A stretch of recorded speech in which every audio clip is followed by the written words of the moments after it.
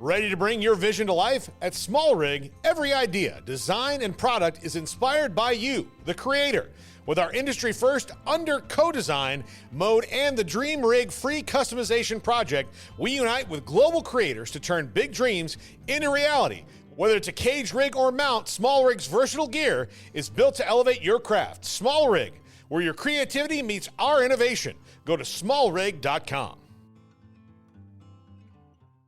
Caroline, you should tell them about the newest thing that Bloody Happy Hour is doing. A Patreon. It's a Patreon. What is that? That means you're basically like a VIP member, and there's 2 different levels that you can, subscribe to, and you get some perks. You maybe get like merch a little earlier. You get exclusive merch. You could get first dibs on signing up for a live show. You get episodes with no commercials. You get our video because our video is no longer available on YouTube. It is only on Patreon. And the most important to me is you get videos of our live shows. So if you are far away and you couldn't make our last live show, it will be on the website. We're going to record this future live show. It's going to be on Patreon, but also bonus episodes each month. You guys tell us all the time you want more episodes. This is a way for you to get more episodes. So you're going to get our basic Tuesday, Thursdays that we always put out, right? But if you're on a Patreon, you're VIP, you're going to get more. I can't wait to talk about in detail some more stories because I always have a lot of details I want to go to. I can law-splain. I might read a book. They just unsubscribed. This is also going to be the exclusive place that Dirty Chat is going to go to. So if that is breaking some of your hearts, just go ahead and subscribe now. In order to hear the full content, it's going to be Patreon. Where do they go again? Patreon.com/Bloody Happy Hour. Don't forget to stay aware, stay alive, and always be DTF. This is a Rogue Media Network podcast.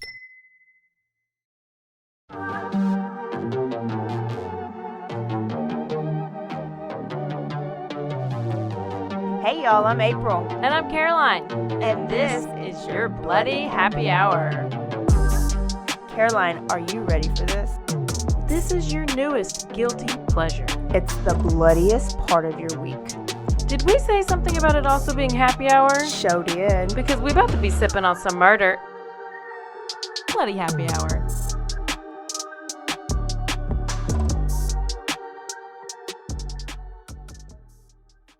Hey y'all, this is April. And this is Caroline. Bloody Happy Hour Tuesday edition. Quickies.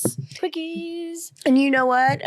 If you have not yet, if you guys are not our OG listeners and maybe you've come in the last year, you should go on to whatever forum you're listening to and make sure to not only rate us, not only subscribe to us, also review us. And review us and rate us. Yes. How do we say it? RRS. RRS. Rate, review, and subscribe.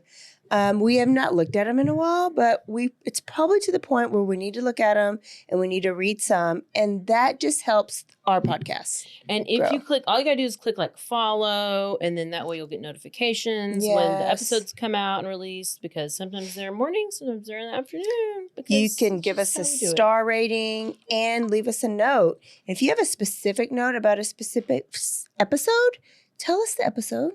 Especially if you hate it, we want to know what episode you hate. Yeah, and tell us the bad things that we do, because we need to be able to fix our mishappenings. We haven't done that yet. Constructive criticism. I don't know that we've ever no, we have. We've altered some things. So thanks for tuning in. And if you're brand new, this is our Quickie episode where we talk about all the things in the news. And we have some updates today, don't we, Caroline? Yeah, let's start with the Delphi. Because Richard Allen was found guilty of all 4 counts.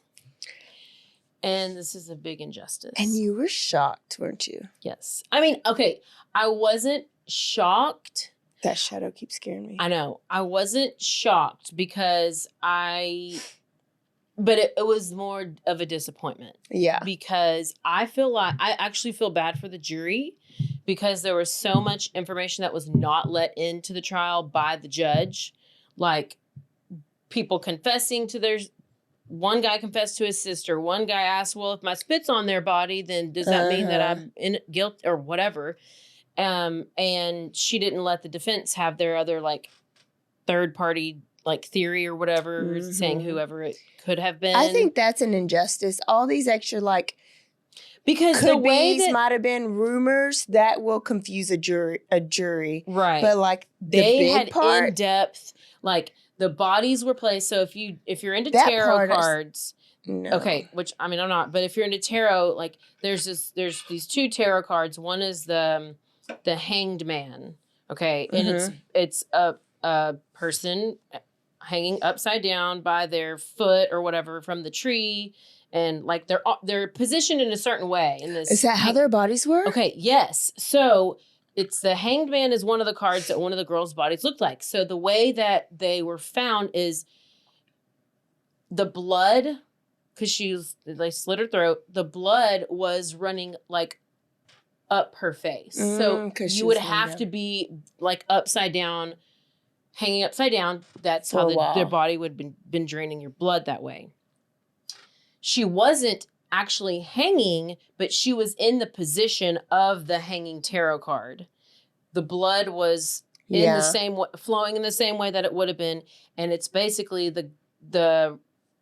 it's part of this Odinist and whatever cult-ish type of stuff that they do. And they said that, well, this was Andrea, that she just talked about how, and then there was also like sticks that are placed on your body in a certain way, and it also mimicked the card. And the prosecution was trying to say, oh, they were just trying to camouflage and cover it up. But it was the specific way that these sticks were placed looked exactly like these rituals that they do. Yeah, yeah. None of that was allowed in. Okay. And it's known that these people are involved in this stuff. They have Facebook posts talking about, I mean, all these things. So there's like this whole group of people who nothing. Like, and so then they just randomly picked this. And Richard Allen has no previous. They didn't find any of that shit in his house. And they didn't, no connection. They didn't talk about how in when they do the cell phone geofence GPS stuff, that there were 3 other people with phones who were in the area who they did not even question. Here's what I think's going to happen. He's probably going to die in prison or kill himself. And then it is going to bring about even more light, and it will have to be looked at by outside. Like it'll have to be. The FBI was involved at one point, and then that's when the sheriff or somebody from the Indiana State Police was like, "We don't need you anymore." Well, you have to be invited. And welcomed. But what's interesting is like with the Karen Reed trial, the FBI is involved and still is involved in investigating, but they couldn't let the jury know about that, which I don't understand. But the FBI was involved and still played a little bit of a part. But I don't know why. Like if they would want to kick them out, why? Just like Delphi kicked them out. Yeah. So I don't know. I don't know if it's different laws or every state's different. Well, and it's like I think Jean Bonnet is wanting like FBI to come in and do something about Boulder, Colorado police and tests, but Boulder doesn't want that to happen, and you have to be invited. But at what point, like here, Texas Rangers will come and intercept an investigation quickly. We don't need your they don't need your permission. At what point do you have something like that when you see this much injustice? But I think down the road, another entity will have to pick it up, review it, bring that outside information in, and his family's going to get paid. It's because he probably will die. They had no video, no audio, nothing.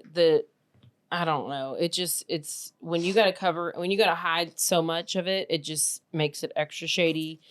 A lot of the people watching, the majority thought that he was not guilty. But the jury has to think about, okay, well, he did have these confessions, but then also he was being like completely not really completely tortured, but he was being he was in solitary and he was going crazy, and I don't know. Wow.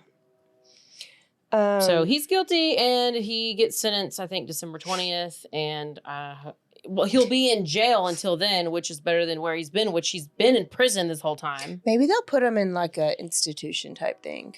It's clear he needs. I doubt they will, because they like clearly do not give give zero F's about him. Yeah. They just want to get rid of it and just move on. And I want to know what the family thinks, because I don't think they haven't said anything, and I really need a juror to speak, like right now. Oh, they're waiting to see who's going to offer the most money. I hope that they go back and they watch and find out that all the stuff that they was not allowed to be let into the trial, and then they're like, go and they talk about it. Mm-hmm. Because you can't reverse it. You can only appeal it, which there are if he lives. So there's that. And then, what else? 2 missing white women updates. Oh, okay. Let's go first to the wily white woman. Yeah. The one we talked about last week. Yeah, Melanie. Which, okay. She was found? No, yeah. Yes. Or she found herself, or... She Here's has the thing. been returned home safe. So literally... But they tell us nothing. Nothing. All they have said is that she is home safe. The family is requesting privacy while Melanie is getting treatment. Is that psychiatric treatment? Is that treatment for her heart? What kind of treatment is that? Was I she need to know. pulling a Sherry? No, she wasn't even pulling a Pepini, because she's not acting like she was kidnapped.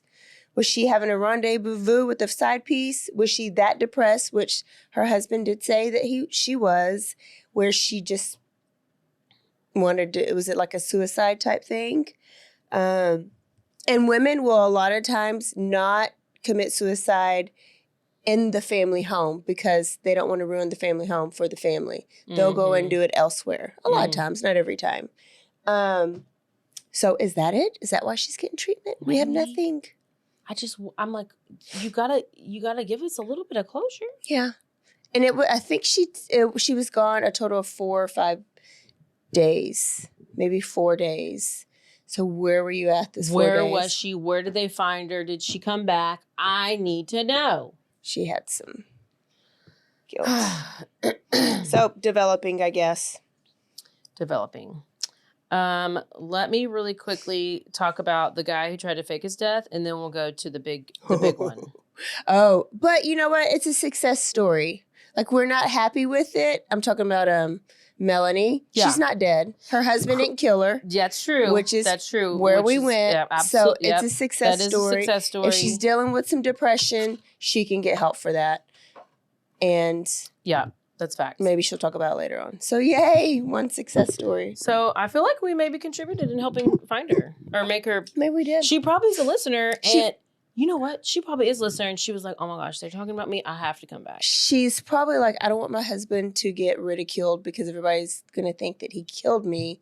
Let me go ahead and save him." I'm pretty sure he she's doesn't a deserve subscriber. this. I think I saw her name on the list. So good for us.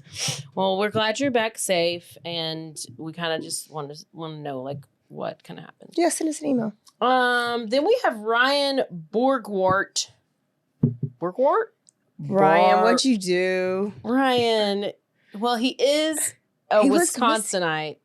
Oh, hell. So that basically explains it. Yeah. And he's 45, which whatever.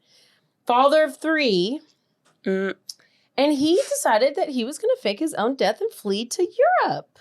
Why? I don't know. He was reported missing on August 12th after his kayak was found capsized in Green Lake, Wisconsin.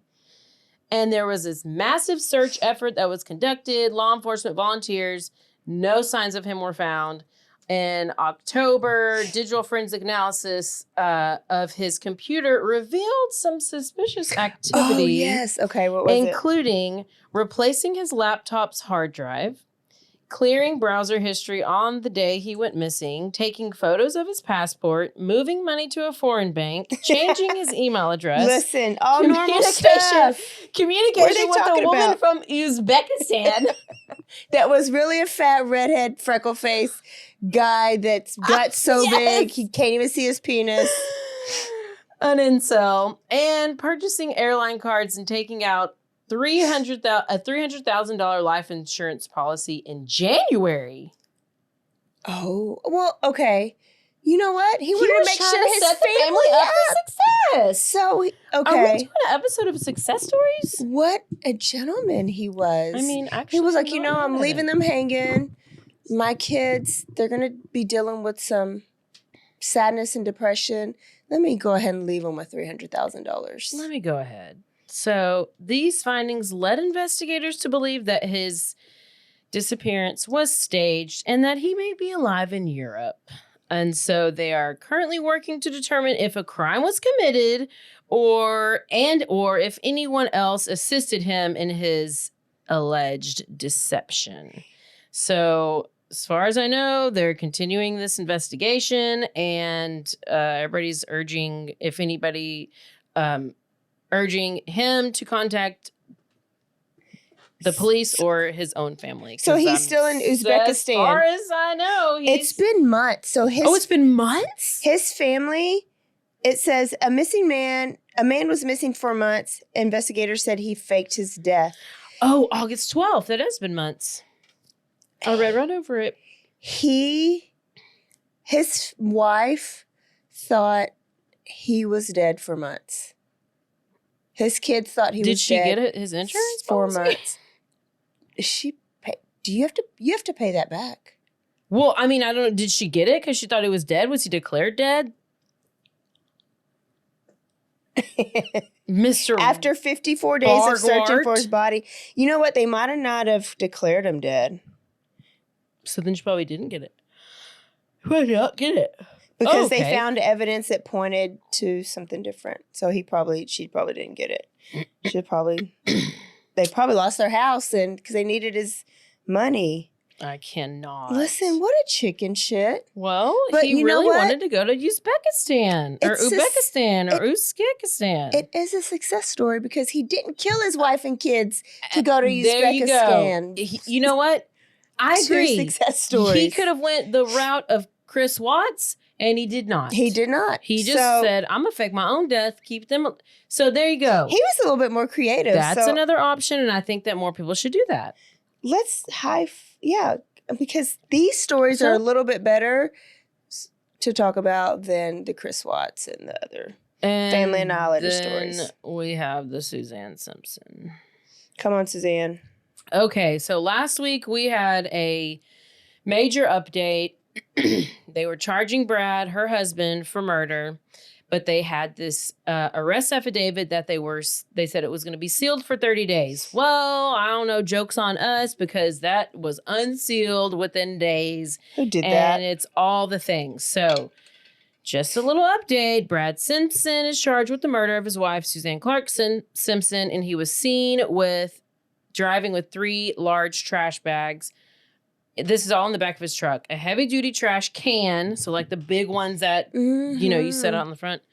Wrapped in a blue tarp, and this was all the day after her disappearance. This is according to the arrest warrant affidavit. And then, we recorded, so it was like 4 days after we found out, that's when the judge unsealed this affidavit. She's not been found yet, but the arrest warrant says that, it just tracks all of his whereabouts. So he went to, so I think it was, tarp, trash bags. He went to Whataburger. He went to Home Depot. I was watching this one. I guess. I was watching this Grizzly True Crime. And she's like in the Netherlands is where she lives. And so she's like, I don't know what Whataburger is. Is Whataburger good? And everybody's like, Whataburger's the best. Whataburger's the best. And so she was last seen October 6th. They went to this party. at a private club, super nice place. Like they're very wealthy. There was a very wealthy neighborhood and area. A neighbor had seen them arguing. We've talked about this. They're arguing outside the house. She tried to get away. The neighbor didn't report it till I think the next day. The neighbor heard screams from some bushy area.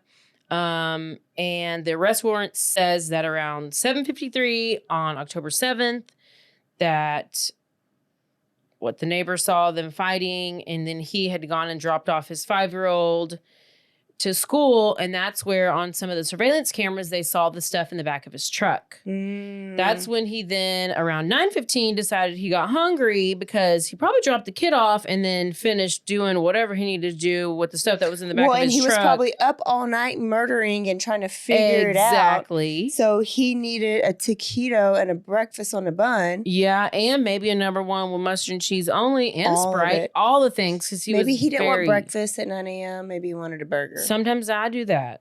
I don't I murder, wish but we I could do know burgers. what he ordered.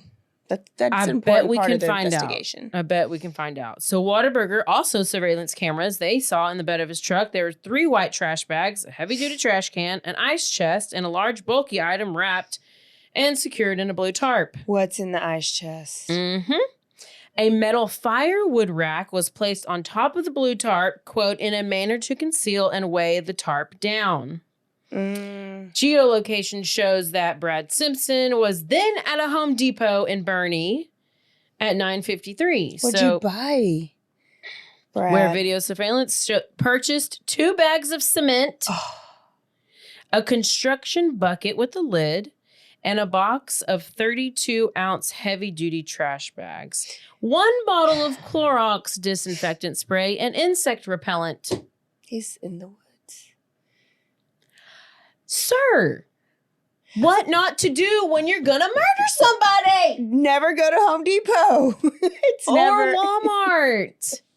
And you know, when you listen, if you don't have this shit at home, if you you're don't need gonna it. do this, go buy all this stuff like a year in advance and separately. Like one day, go buy your Clorox disinfectant. Do like Sweet Pea. Keep it all in this. The next week, buy your insect repellent, and then maybe 2 weeks later, go buy your bag of cement. Like you can't be, if you're really trying to get away with it, you dumb. You real dumb. Yeah. So parking lot of Home Depot. Okay, he asked a man, and then to the nearby.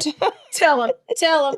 He stopped in the parking lot of Home Depot where he just bought all the supplies and asked a man for directions to the nearest dump in Bernie.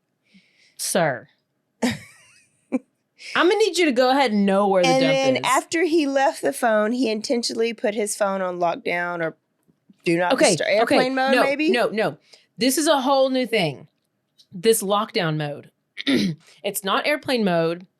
It's not turning it off. It's an actual lockdown mode. It's a something that you do, and you put your phone in lockdown.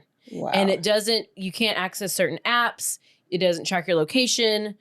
All these different things. I've never heard of lockdown mode. But it's a new iPhone thing, I guess. So I don't know how. I looked it up and I was like, so he must have had her phone on lockdown mode because because he had taken her phone from her several times, and I think there was The even daughter one said quote. that. Yes, there was even one quote or something that said that he said, "Well, I mean, I don't even know why I had her phone because I didn't even know her passcode. I couldn't even get in her phone, but I just had it with me. Whatever. He's obviously been like abusing her for ever. Ass." So over the next hour, Brad Simpson's truck was seen leaving a waste site in Bernie. He then headed to a gas station where he bought 2 one-gallon jugs of water. Then the surveillance footage showed that the trash bags were no longer in the bed of his truck, leading us to believe, where are they? In the dump site, which is why they were searching the dump site for days and days. But see, he did that to make the police search somewhere else. I know. I think he did that on purpose. But then there's also some lake, and let's see if we get to the lake, because there was a lake that he also traveled to, but the lake is dried up.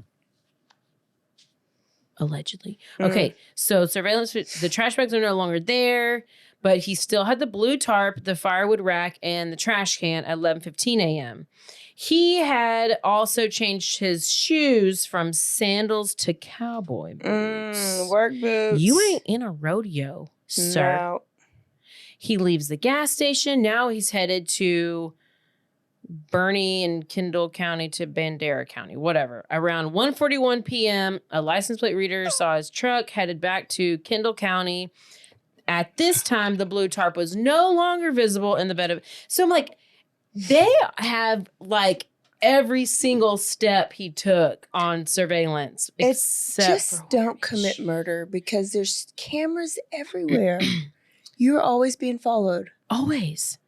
So it says that the bed of his truck was, the blue tarp was no longer visible in the bed of his truck, and the firewood rack had been repositioned.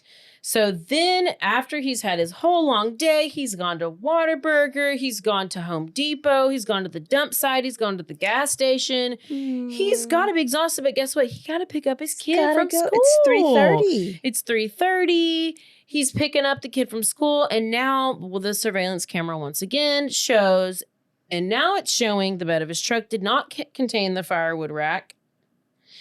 And he did have a heavy-duty trash bag and an ice chest. Trash can there at the time. I wonder if the ice chest is just always there. Like Soupy always has an ice chest on the back of the truck. Well, because he's planning something. Probably so. And so it's not a red flag. Yeah. So it's not a red flag when they see it. Exactly. But maybe the ice chest doesn't contain a head because that's what I was thinking. Well, I don't know why he would want to keep the head, but you want to know where he goes next? Tell us.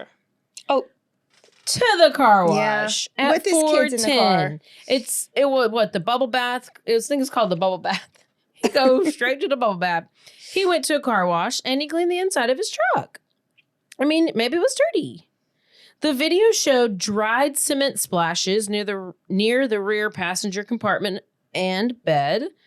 Only the ice chest was visible inside the bed of the truck at this point. So, I mean, he's slowly like just getting rid of everything. This guy. I just realized he needed the big jugs of water for the cement. Because you put the cement, that comes like a powder form. You need the water to make it harden and set. So he probably, where did he put it? We don't know, but he basically left her body and cemented it in something. I think it's got to be. He dug, but there was no shovel. But there's a well. I think she's in a well in a cement block. What a awful, like what? So he had to thought about this. He had it all planned out. I don't know. Later that night around 10 p.m.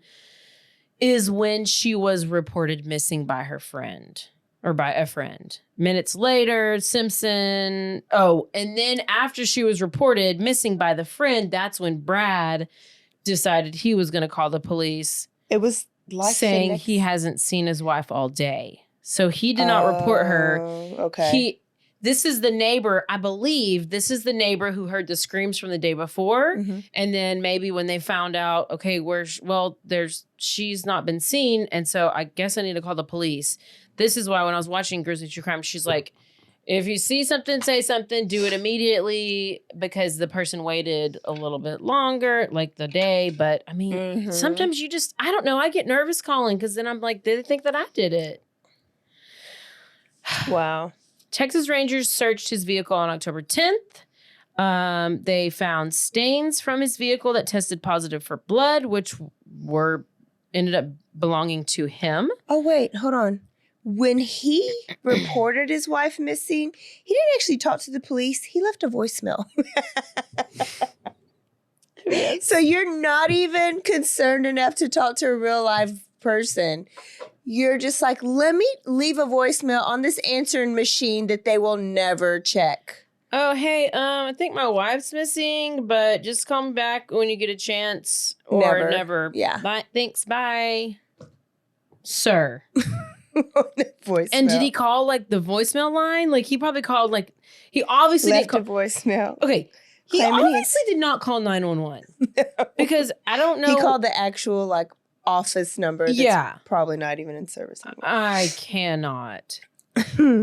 So they searched the home on October 23rd. They found 1 bag of cement, a box of heavy-duty black trash bags, a heavy-duty trash can, and metal firewood rack. They think that her death occurred on or around October 6th. And then, the friend called the police.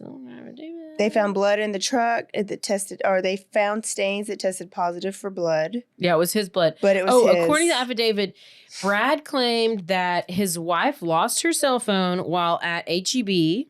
Surveillance footage showed her at HEB with one of her young daughter the night of October 6th. And it says she went to the store minutes after leaving the Argyle. So, and if y'all don't know what a HEB is, it is the best grocery store ever she didn't alive. either. The lady who I was listening to, Grizzly True Crime, because she lives in the Netherlands. She's fired. But she was like she was like at least open to like, hey, what is that like in there? You like should it's like the leave best your grocery state store. right now if you don't have an HEB or a Whataburger, which they had Whataburger in Colorado. I thought it was just a Texas thing. It like is, the but they're Texas- slowly Why would they not going- want to be everywhere? Oh, yeah. Anyways, HEB is a grocery store. It is the best of the best. Forget a Walmart. Forget a Kroger. Here, forget a everything's Winco. better. Yeah. 9:15 the night of October 6th, Suzanne Simpson called a family friend and went to their house around 9:16. She also called her mother to say Brad had just assaulted her.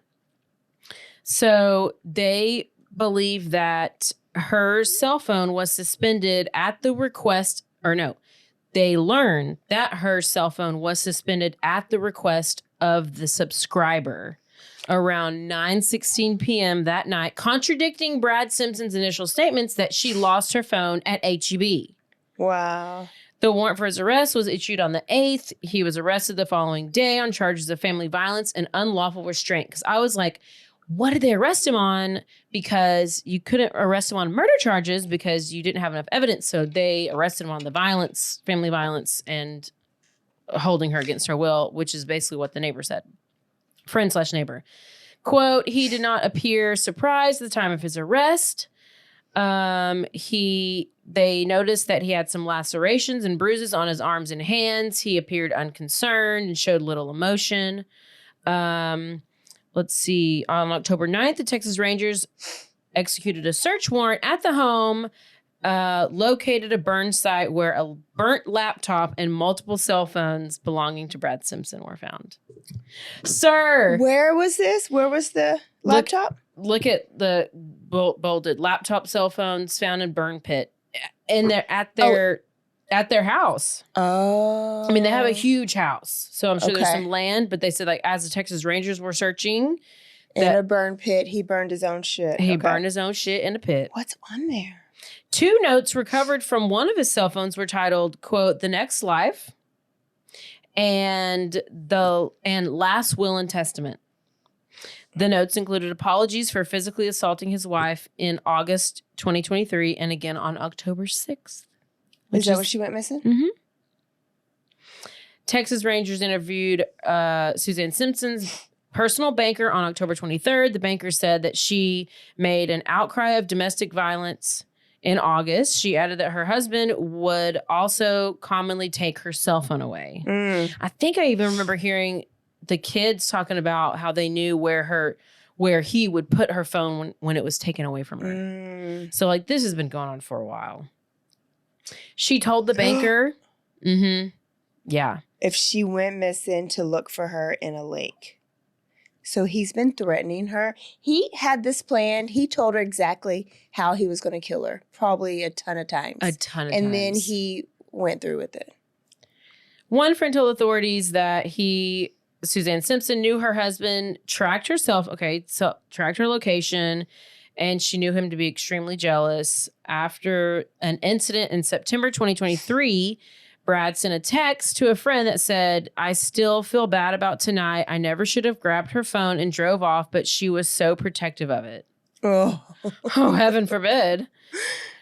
And then we come to the James Cotter situation because there's apparently 4 different people named James Cotter.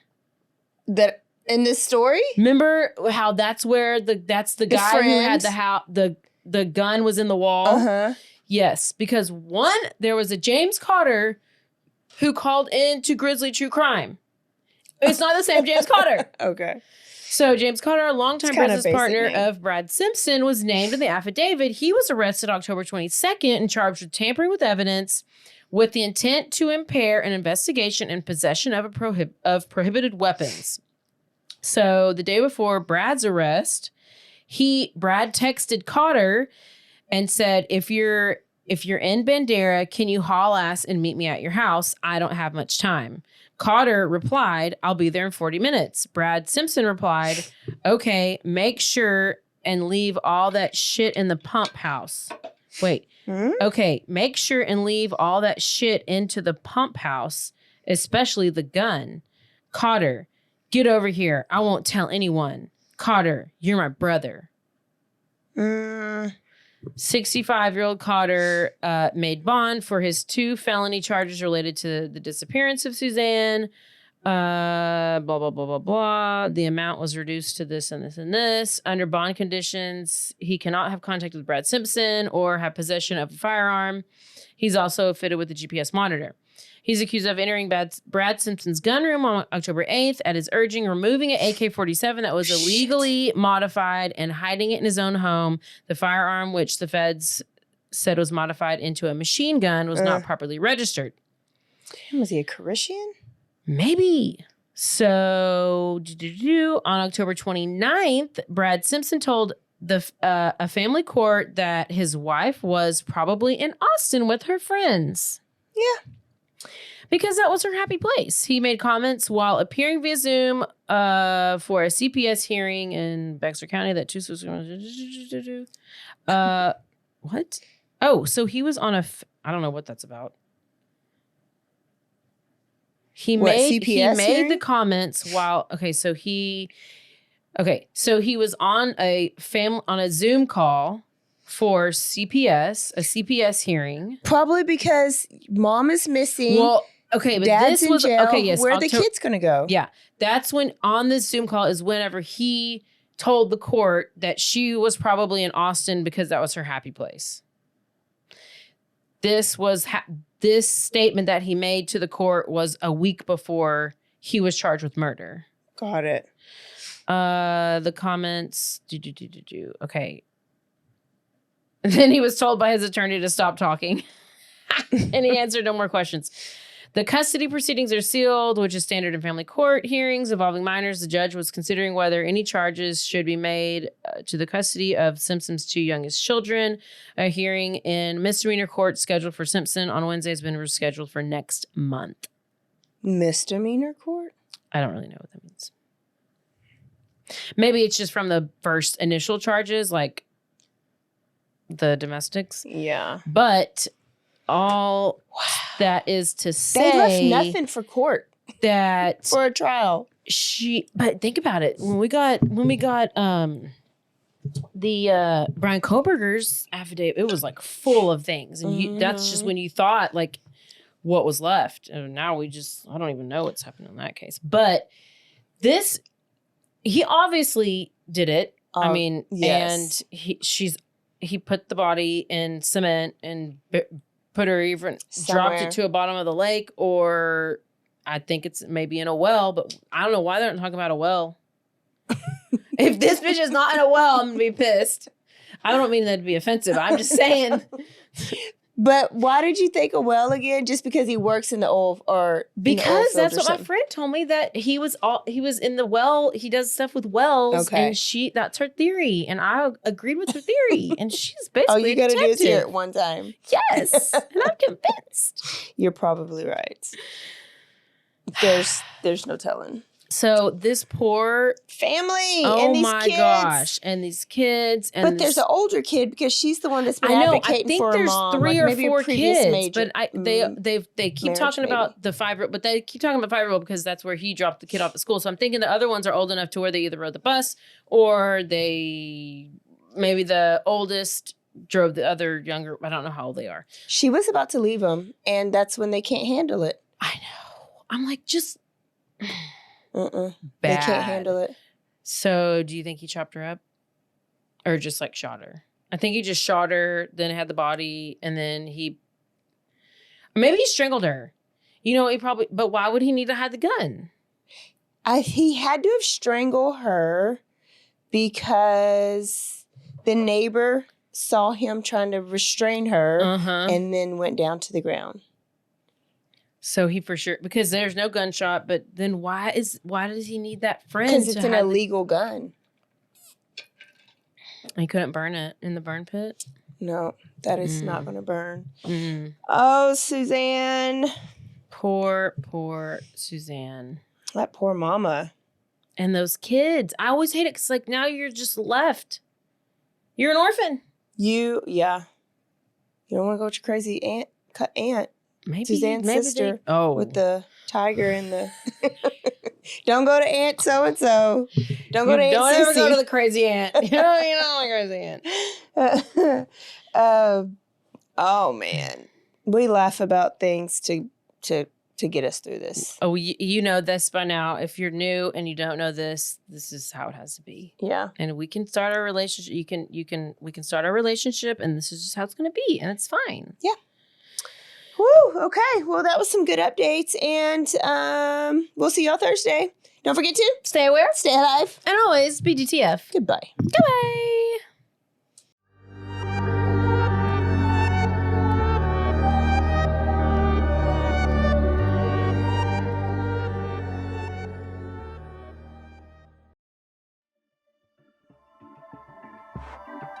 This has been a Rogue Media Network production.